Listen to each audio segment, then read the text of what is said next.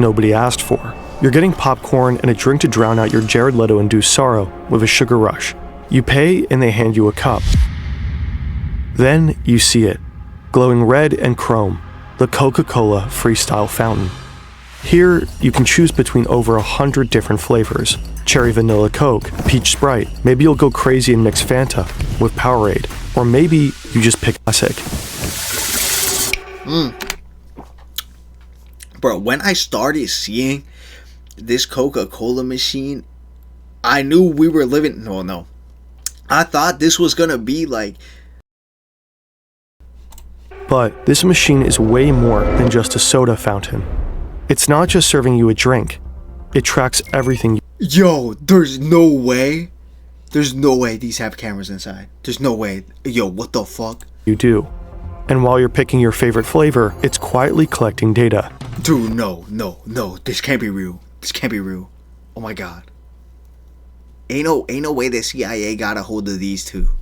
Dude, I'm telling you, I saw these and I dead thought the world was we were gonna advance like 100 years. Cause I'm like, bro, what kind of fucking technology is this? Like, how can they fit damn near 50 flavors on one machine? This seemed damn near impossible. Like, I thought, look, I was looking at the creation of the iPhone in a soda dispenser.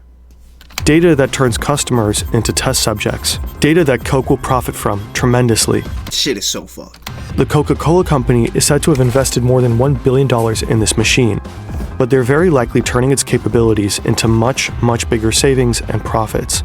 Bro, at this point, like, technology is so fucked up. Just put a butt plug in my ass and track my heartbeat, track my sweat, track how many shits I take a day, track my pisses, track how many times I get hard. But like, bro, like, what do you want from me? What do you want? Today, we're diving into how a drink dispenser became a global lab and what role you play in all of this. The Coca-Cola Company is one of the biggest beverage producers on the planet. The conglomerate controls... Bro, who are they selling this information to? What's that shit called? Palantir? ...controls almost half of the global soda market, making billions in revenue every year. And one important way they sold their many drinks has long been soda fountains. In the olden days, ordering a soft drink would work like this. You'd walk up to the counter, place your order, and someone would pour your drink into a cup. Then self-service fountains arrived.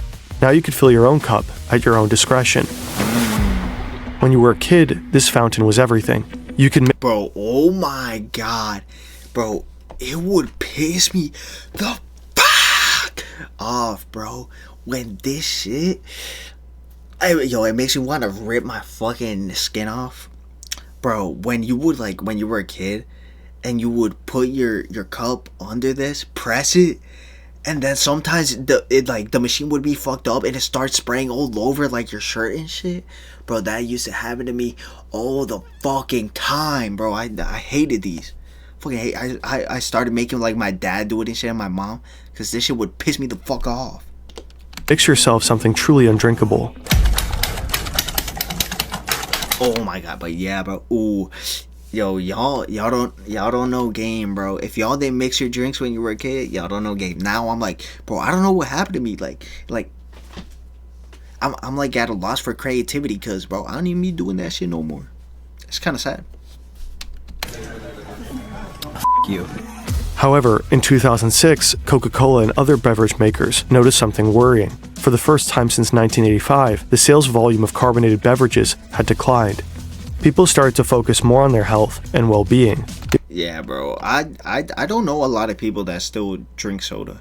I think, like, well, my parents, like, they got some soda like recently too, but I don't think they even drink soda like that.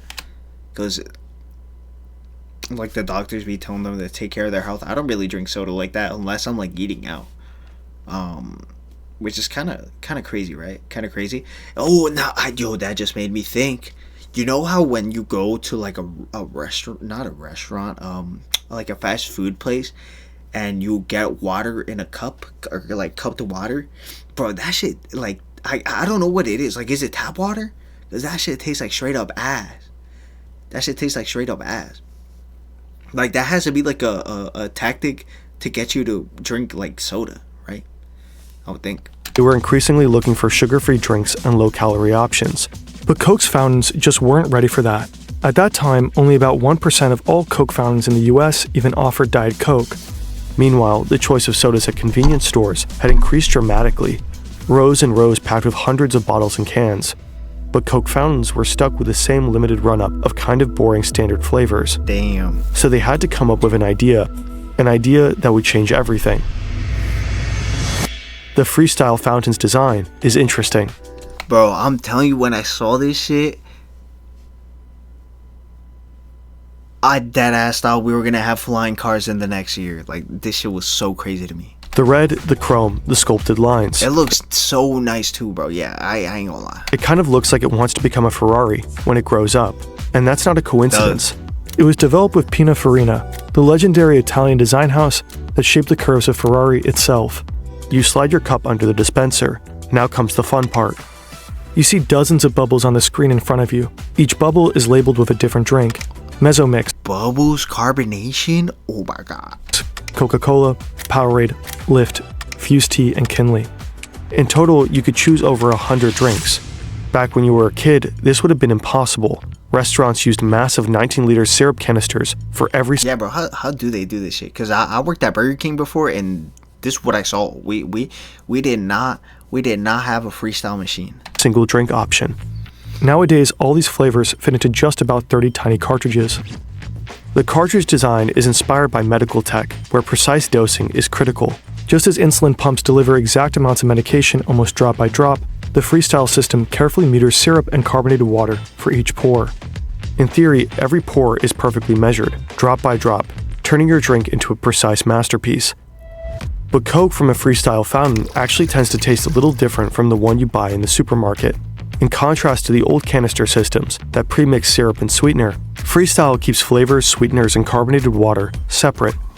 Now, when you press the button, the flavor, sugar, and carbonated water are combined on demand. This can make your Coke taste slightly different from other preparations. Staring at the bubbly screen, curiosity kicks in. You came in for your usual, but you gotta admit, some options here are tempting. You tap the Powerade bubble, and suddenly... Facts. I did start trying like shit that I would never thought I would try. A whole lineup appears. Powerade Raspberry, Powerade Lemon, Powerade Strawberry. So many choices. Which one to pick? You even mix a drink that doesn't exist before. You could create your own secret flavor. And won't that make you special? The freestyle fountain is fun. It lets you explore. It bewilders. It sparks curiosity. It might even provoke play. And that's exactly the point. Coca-Cola doesn't just want to sell you a beverage. It wants you to feel something. This technique is called experience marketing. Right here in front of this machine, you're not just choosing a flavor. You're interacting with the brand. You are literally experiencing it. Every tap, every bubble, every choice pulls you deeper into the Coca-Cola universe.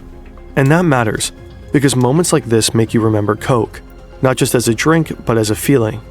And ideally, it wants you to go home and tell your friends about that insane machine that lets you mix your own Coke and offers... Yo, not gonna lie, I've never seen the camera on the actual one of these. Like, is it even visible? that amazing weird new flavor they so gotta try. And freestyle isn't the only example for Coke's experience marketing. Think about Share a Coke. Different campaign, same idea. And it's all part of Coca-Cola's bigger play, shifting from being just a product brand to an experience brand. Anyways, you ultimately go for a Sprite. You didn't even know Sprite Cherry existed. Time to give it a shot. You press the pour button, then you take a sip. Not half bad. You're not the only one who was curious about Sprite Cherry. All over the world, people have made the exact same choice. Obviously, Coca-Cola didn't offer you this new flavor just for fun. The freestyle ecosystem is basically a giant testing lab. Every pour, every mix, every flavor you try feeds into a massive experiment, a sampling program on a global scale. And with this particular new flavor, the experiment actually worked. But this... And then they start trying, and then they actually release Sprite Cherry. Oh. Is just the tip of the iceberg. When Coca-Cola launched the Freestyle in 2009, they packed it with cutting-edge technology. Reliable wireless networks like the ones we have today weren't exactly standard, so Coca-Cola built their own. The network they created links every freestyle machine directly to Coca-Cola's backend. Sincere car. Wait, what? Sincere Eckerd. Or, I'm not sure, bro. Yo, thank you for the follow, bro. What's good? Systems, which are managed through SAP software. Think of it as the company's brain. It keeps track of everything happening across all departments in real time. Bro, so they went to the extent to make their own fucking Wi-Fi. What the fuck? Every single day, over 50,000 freestyle machines send data back to this brain. They report everything that's going on inside them. Which flavors are being poured, what time of day they are consumed, or how much syrup is left. You might not experiment with your drink choices, but many other people do. Yeah, bro. That is how Coca-Cola discovered that people really like Coke Orange Vanilla, Sprite Cherry, Do you? Sprite Strawberry, and Coke Cherry Vanilla. Some of these flavors started as user creations, combinations people kept mixing again and again at the freestyle Yes, but it's kind of ass. Why do you make Discord servers? Machine. Others, like Coke Orange Vanilla, were developed by Coca-Cola. It's like super. The more people super like it's low key like fucked, bro. I ain't gonna cap. It's like I haven't Wait, how do I even share this shit?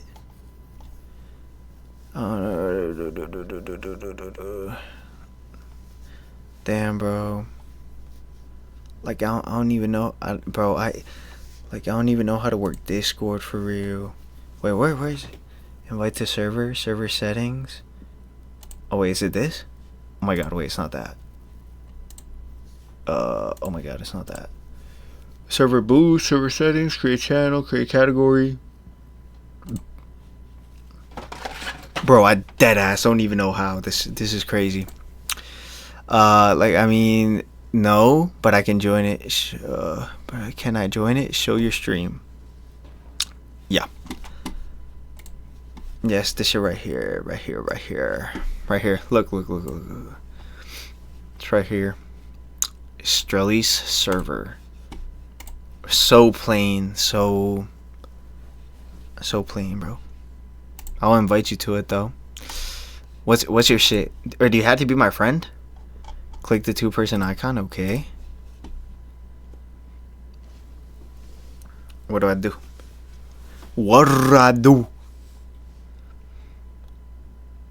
Hit the link. Oh my god. Wait, this shit?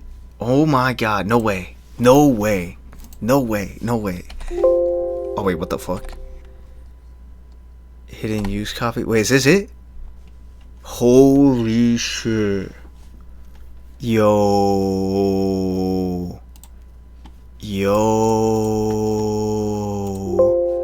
Oh my god, I exited out of my. Oh my god, I just exited out of my chat. Okay, we back. Yo, that's crazy.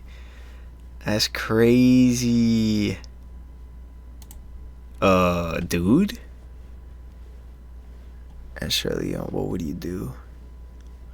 What would I do with what? If you met at GTA, what the fuck? I don't know. What would I do?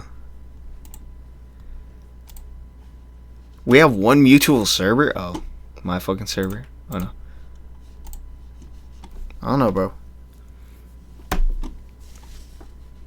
Not much. Say hi. Why are you a GTA admin? Do you know which GTA I'm talking about? Grand Theft Auto? Oh, you're not talking about Grand Theft Auto? I'm talking about for normal GTA? Like Rockstar? Are we talking about Rockstar? Well, what are we talking about, gang?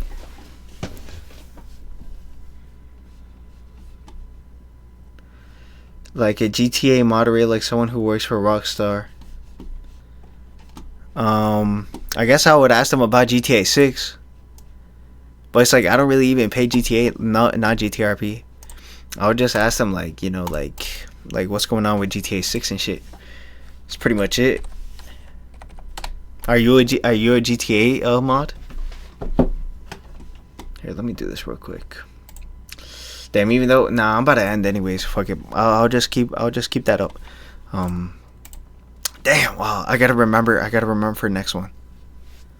Got these, the stronger the signal became, and what started as a tiny bubble on screen ultimately moved into full production. You ending? Imagine it was you ending? No, not yet. I gotta watch this first.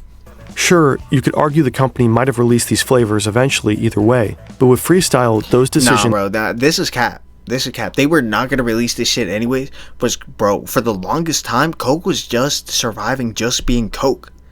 They didn't need these collabs, bro. They didn't. It's just after... It is that ass true that after this shit... it's true, bro. I'm seeing it. It's happened faster than before, and might be grounded in better data. Yo, what the fuck? Why does it look like that's just going backwards? But there's more. Before Freestyle, staff had to manually check those giant syrup canisters. They probably used inventory sheets, maybe did a bit of guesswork, and called or emailed Coca-Cola to reorder. Freestyle completely transformed fountain logistics. Every night, the system collects data from this exact machine and figures out how many units of each cartridge needs to be delivered to the cinema. And it's not just based on what you and your friends poured yesterday. Algorithms predict demand and even factor in planned promotions for specific beverages. The system Since when there was Five Nights at Freddy's Coke? Calculates which cartridges need refilling and automatically creates the restocking orders. Those orders are sent straight to the distribution center. Yo. And from there, the cartridges are shipped directly to the fountain locations. Every Freestyle machine on the planet is quietly syncing. Think about how smart this is. With Freestyle, Coca-Cola can optimize their entire fountain supply chain, streamline inventory management, make restocks more efficient, and even improve their production schedule. It's probably safe to assume that this alone saves the company millions and millions of dollars along the way. If even Coca-Cola is tracking your data in real life, you won't be surprised to learn that your data is exposed everywhere, and there's nowhere to hide. Every click, search, and form you fill reveals tiny pieces of who you are. That you had to look up how to spell bourgeois 6 or 7 times for your online comment war, that you don't understand the 6-7 meme, or that you enjoy mixing Sprite and Fanta.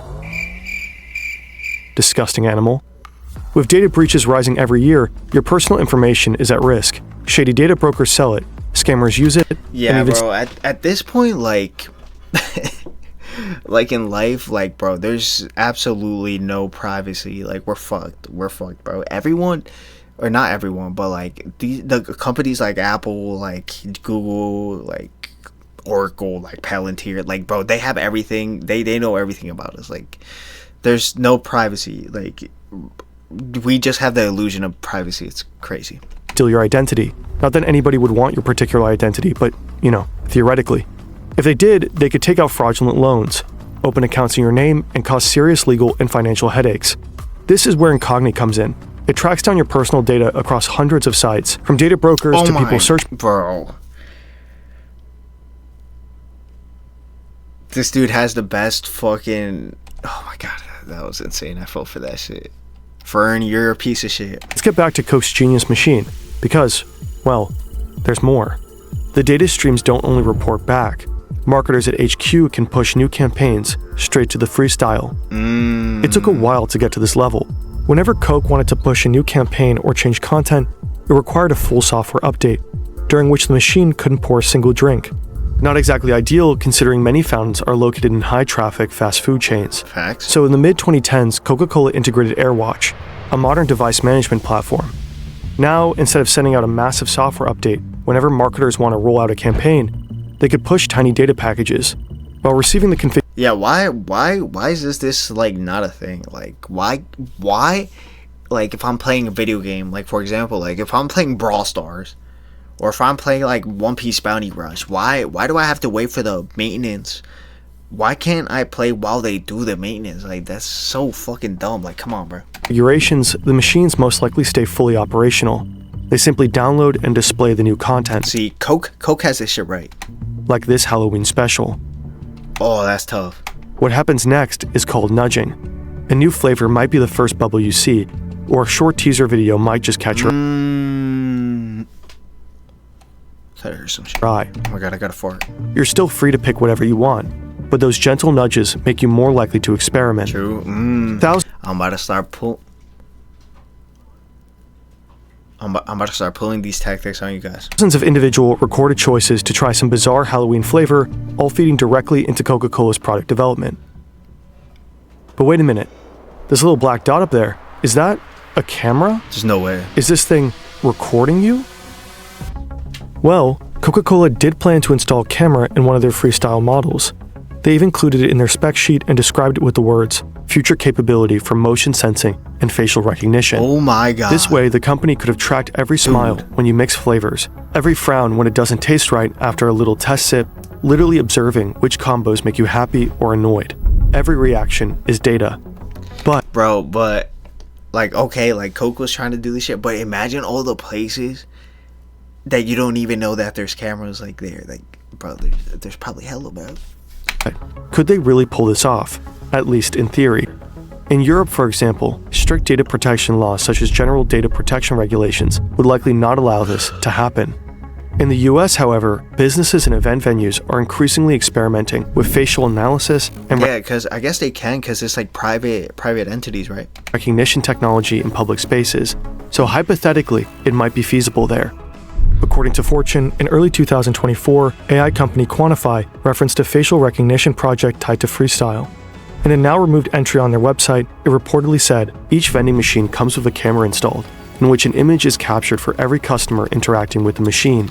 Dude, if it has a camera, do you think they're actually like not using that shit? Like, come on. Coca-Cola's marketing team aspired to use these images to generate insights on consumer preferences and usage patterns. Reportedly, Quantify built a machine learning model to detect customer demographics. Basically, the Coca-Cola company could know you're a guy in your 20s, standing here grabbing that Sprite cherry. After Fortune asked questions, the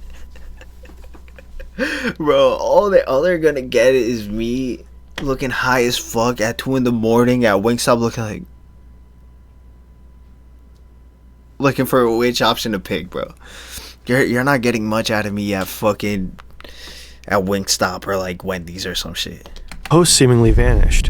A spokesperson for Coca-Cola said cameras in Freestyle fountains were just tested in a laboratory setting from 2018 to 2019. Dude, When we asked Coca-Cola about this, they did not respond. So fucked.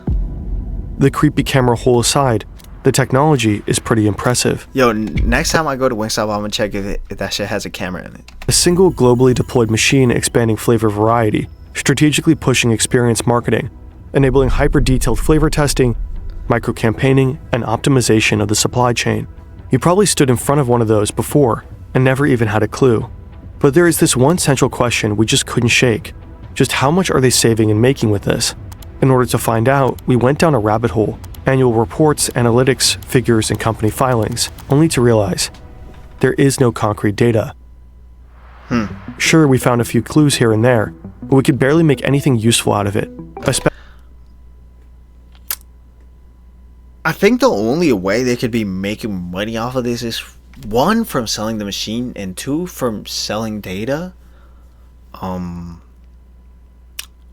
It's probably making them a lot of money. Especially because gains from Freestyle are tangled up with other projects. When we reached out to Coca-Cola for comment, the people that they're selling data to, right? they didn't respond. So we had to call in backup. Enter Yannick, the team's spreadsheet wizard. He dove into everything we could find out about Freestyle and started making sense of it. His analysis is split into 3 parts. First, payback. Let's start with Coca-Cola's assumed revenue from Freestyle machines. To get a rough baseline, we looked at something similar, loyalty programs like Payback. Payback usually returns an estimated 0.5 to 3% of your spending. Sounds like a bad deal for them, but here's the thing, it works. Because when people get a little something in return, they tend to spend even more. And while they do, Payback collects tons of data, or what they buy, when they buy, and where they buy. You can't fully compare Payback to Coke Freestyle, but both follow the same idea. Encourage people to buy, and learn as much as possible while they do. The data collected through loyalty programs like Payback enables targeted marketing and personalized offers, helping deliver messages that are relevant to individual consumers. Studies like this one show that loyalty programs can improve gross margins by 2 to 4%. We're so fucked, bro. Not simply because people buy more, but because companies can make smarter, data-driven marketing and product decisions. Using that logic, we can conservatively assume a 2% margin on revenue for Freestyle. This is a very rough estimate, but enough to get a sense of scale. According to one source, Coke Freestyle machines dispense around 4 billion drinks per year. Assuming an average of $2 wild. per drink and a 2% margin, that adds up to roughly $160 million in yearly gains, well over $1 billion since Freestyle's inception. Second, the value of data. Back in 2015, Yeah, bro. Everything nowadays wants your data, bro. You know the amount of shit that, like, or cookies, like, bro. Every website wants your cookies now. Like, this is crazy. Like, leave my cookies alone, bro. Like, I want my cookies to myself. Coca-Cola teamed up with Hivery, a company focusing on AI-driven optimization. Their mission was to optimize vending machine sales. One of Hivery's clients was Reyes Coca-Cola Bottling Co., a U.S. bottler with roughly 19,000 vending machines in hospitals across California and Nevada. Hivery's software combined sales data with machine learning and some algorithms to predict demand for every beverage in every machine. Reportedly, Reyes saw a 6% sales increase and a 15% reduction in restocking trips. These numbers suggest that data-driven supply chain management can generate significant sales boosts and This just shows how we're already slaves to fucking machines, bro. cost savings. It is reasonable to assume that Freestyle fountains could yield similar results. Third, new flavors. Some of the new flavors Coca-Cola launched based on their Freestyle testing turned out about as popular as the deeply disappointing and unwanted sequel you're going to endure in a few minutes. Take Coke Cherry Vanilla, for example. Even though it was one of the most beloved That sounds so good. Freestyle combos, Coca-Cola decided to not produce any more in 2024 due to declining demand. Bro. Freestyle may help spot promising new flavors, but it doesn't seem to be foolproof. Out of 4 flavors brought to the market, 2 did not survive. True, yeah. It's kind of crazy how, like, these, like, I guess they're limited, but they're limited for a reason. Like, that why don't they last as long as the originals? Like, the originals, they'll never go away. We're always gonna have Sprite, we're always gonna have Coke, we're always gonna have root beer, we're always gonna have Fanta. Like, they'll never go away. But these other options, they release them and then they fall. Like, This doesn't necessarily mean they were bad investments, just that they weren't long-term hits. yeah. Coca-Cola may have overestimated how representative Freestyle users are for the broader market. Again, our request for comment went unanswered. While Coca-Cola rarely publishes concrete sales data for specific products, we found a number for one of their newer non-Freestyle Sprite products that shows the potential of this market. Sprite Chill generated $50 million in sales in its first 21 weeks in the North American market. What the fuck is Sprite 2? Again, it's hard to estimate the total profit the company may have made through new flavors that started on Freestyle, and how important the found data was for their success. But looking at all 3 aspects of Yannick's analysis, one thing is relatively safe to assume. The $1 billion Coca-Cola reportedly invested into these machines has long been made back. Damn, bro. I did not expect this to take that turn. Oh my god, bro. Now I'm gonna be thinking about this shit in a whole different light. Everyone's out for your data, guys. Be careful out here, man. Cause like a smart man once said, I don't even know who said this shit, but if the product is free, you are the product. Or something like that. Some shit like that.